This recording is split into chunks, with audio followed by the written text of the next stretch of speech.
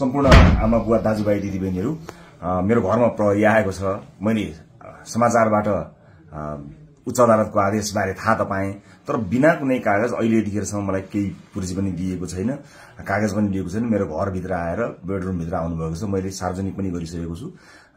अब यसरी तैनाथ उताबाट आदेशभन्दा पहिले तैनाथ हुने यो सबै चिजले एउटा ठूलो आशंका सृजना गरेको छ। मैले सम्मानित अदालतको आदेशलाई सधैँ मानेकै छु, कानूनलाई मानेकै छु। म पहिला पनि आफै उपस्थित हुन गएको हुँ, अहिले पनि सार्वजनिक गरेकै छु। तर यो राज्य आतंक, यो धरपकड ममाथि के कारणले भइरहेको छ मैले बुझ्न सकेको छैन। भोलिको चितवनको कार्यक्रमलाई निरन्तरता दिनु होला।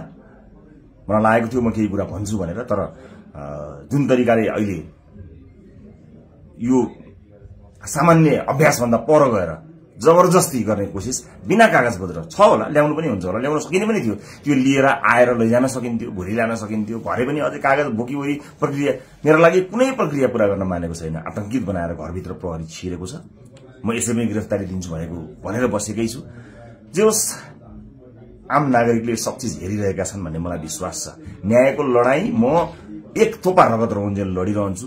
यहाँले साथ दिनुहुनेछ भन्ने विश्वास मैले लिएको छु। मैले कुनै गल्ती गरेको पनि छैन, कुनै अपराध गरेको पनि छैन, तर संसारकै सबैभन्दा ठूलो अपराधीलाई जस्तो ममाथि गरिएको यो व्यवहार आम जनताले हेरिरहेका छन् भन्ने मैले विश्वास लिएको छु। म धेरै केही भन्दिनँ। म सम्मानित अदालतप्रति अझै पनि आशा र भरोसा राखेर कानूनी प्रक्रियामा सघाउनको लागि परिरहेको छु।